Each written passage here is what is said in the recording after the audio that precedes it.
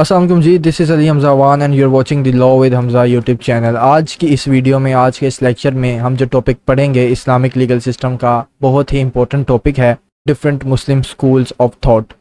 Different Muslim schools of thought کیا ہیں؟ آپ نے سنا ہوگا حنبلی، مالکی، شافعی، یہ different Muslim schools of thoughts ہیں۔ تو یہ کیا ہیں اور یہ کیسے سٹارٹ ہوئیں، کیسے ڈیولپ ہوئیں، اس سب کے بارے میں آج کے لیکچر میں ہم پڑھیں گے۔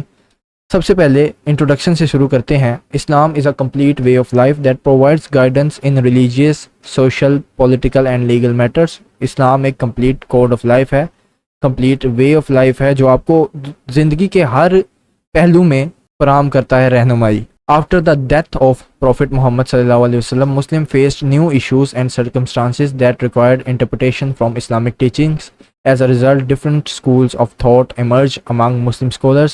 These schools of thought developed their own methods of understanding and interpreting the Holy Quran and Sunnah. Although they differ in certain legal and theological matters, all Muslim schools aim to follow the teachings of Islam. حضرت محمد صلی اللہ علیہ وسلم کے اس دنیا سے پردہ فرما جانے کے بعد کچھ ایسے سرکمسٹانسز آئے، کچھ ایسے نئے ایشوز آئے جن میں ہمیں انٹرپریٹیشن چاہیے تھی اسلامک ٹیچنگ سے۔ جتنے بھی مسلم سکولرز تھے، جتنے بھی ڈیفرنٹ مسلم اسلام کا علم رکھنے والے لوگ تھے، انہوں نے ان چیزوں کا حل تلاش کرنے کی کوشش شروع کی۔ تب یہ Islamic new Muslim schools of thought پیدا ہوئیں۔ ایک عالم ایک چیز کے بارے میں کوئی ایک رائے رکھتا تھا، جبکہ دوسرا عالم اسی چیز کے بارے میں ایک ڈیفرنٹ پوائنٹ آف ویو رکھتا تھا۔ تو ایسے ہی ڈیفرنٹ سکولرز کی ڈیفرنٹ تھاٹ کو مسلم سکول آف تھاٹس کا نام دے دیا گیا۔ آلدو یہ سب ایم کرتے تھے کہ جو چیزیں ہم کر رہے ہیں وہ اسلامک پرنسپل پہ بیسڈ ہوں، لیکن کیونکہ اب کوئی گائیڈ کرنے والا نہیں تھا، ہم نے اپنی مدد آپ کے تحت نئی چیزوں کی انٹرپریٹیشن کرنی تھی، تب یہ لوگ جن کے پاس اسلام کا علم تھا، انہوں نے اپنی تھاٹ پروسیس سے کچھ چیزوں کا حل تلاش کیا، جو کہ بعد میں مسلم سکول آف تھاٹس بن گئی۔ Meaning of Muslim school of thought: Muslim school of thought are group of scholars who develop particular methods for interpreting Islamic laws, Sharia and religious teachings. These schools provide guidance on matters relating to worship, family laws, business transactions and social conducts. Muslim School of Thoughts کیا چیز ہے؟ Group of scholars جنہوں نے particular method develop کر لیا۔ ایک group of scholar نے ایک میتھڈ ڈیولپ کیا کہ اسلامک ٹیچنگ سے ہم کسی چیز کا حل ایسے نکال سکتے ہیں، جبکہ وہیں پہ دوسرے اسکول آف تھاٹ کے اسکالرز نے ایک نیا میتھڈ ڈرائیو کر لیا، ڈیفائن کر لیا، لیکن مقصد کیا تھا کہ اسلامک پرنسپلس کے اکارڈنگ، اسلامک شریعہ کے اکارڈنگ معاملات کا حل کرنا۔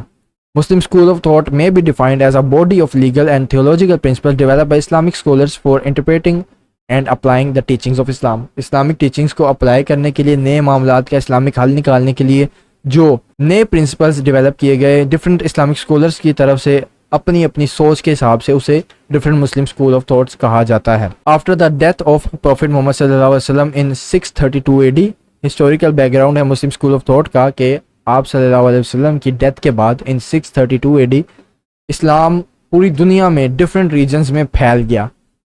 اب وہاں پہ قرآن اور سنہ کے ذریعے معاملات کا حل تو کیا جاتا تھا، لیکن ڈفرینٹ جورسٹ نے اجماع، قیاس اور اجتہاد جیسے میتھڈز بھی ڈیولپ کر لیے، جس سے کہ اس وقت کے، اس جگہ کے اسپیسیفک میٹرز کو حل کیا جا سکے اسلامک وے کے ذریعے۔ بڑے میجر سکول آف تھاٹس کون سے ہیں؟ ایک سنی سکول آف تھاٹ اور ایک شیعہ سکول آف تھاٹ، اور پھر آگے اس کی فردر مور ہمیں برانچز دیکھنے کو ملتی ہیں، جس میں سنی سکولز آف تھاٹ میں سب سے پہلے حنفی سکول آف تھاٹ ہمیں دیکھنے کو ملتا ہے، جو کہ کوفہ، عراق سے نکلا۔ حضرت امام ابو حنیفہ نے یہ ڈیولپ کیا۔ اس کے بعد ہمیں مالکی سکول آف تھاٹ دیکھنے کو ملتا ہے، جو امام مالک رضی اللہ تعالیٰ عنہ نے ڈیولپ کیا، اس کا اوریجن مدینہ ہے۔ اس کے بعد ہمیں شافی سکول آف تھاٹ دیکھنے کو ملا، جو کہ امام الشافی نے ڈیولپ کیا۔ اس کے بعد ہمیں حنبلی سکول آف تھاٹ، یہ میجر سکول آف تھاٹس ہیں جو کہ سنی سیکٹ میں پائے جاتے ہیں۔ اس کے بعد Shia school of thought, Shia school of thought میں بھی کچھ سکول آف تھاٹس ہیں، سب سکول آف تھاٹس ہیں، جس میں اتنا اشعری 12 سکول آف تھاٹ، جس میں وہ 12 اماموں کا ذکر کیا جاتا ہے کہ 12 امام ہیں، 12 اماموں کو مانا جائے گا۔ اس کے بعد اسماعیلی سکول آف تھاٹس، اس کے بعد زیدی سکول آف تھاٹ، اس کے بعد کچھ ادر موومنٹس اور سکول آف تھاٹ بھی ہمیں دیکھنے کو ملتے ہیں، جو کہ اس ریجن میں جہاں پہ ہم رہتے ہیں وہاں پہ ملے، جسے آج کل ہم سیکٹ کہتے ہیں، جس میں اہل حدیث، اس کے بعد صوفی، سلفی، یہ اسکول آف تھاٹس ہیں. اس کو آپ ان ڈیٹیل ان نوٹس میں پڑھ سکتے ہیں. نوٹس کا لنک ویڈیو کی ڈسکرپشن میں دیا گیا ہوگا. تو basically in school of thoughts کا اصل مقصد کیا ہے؟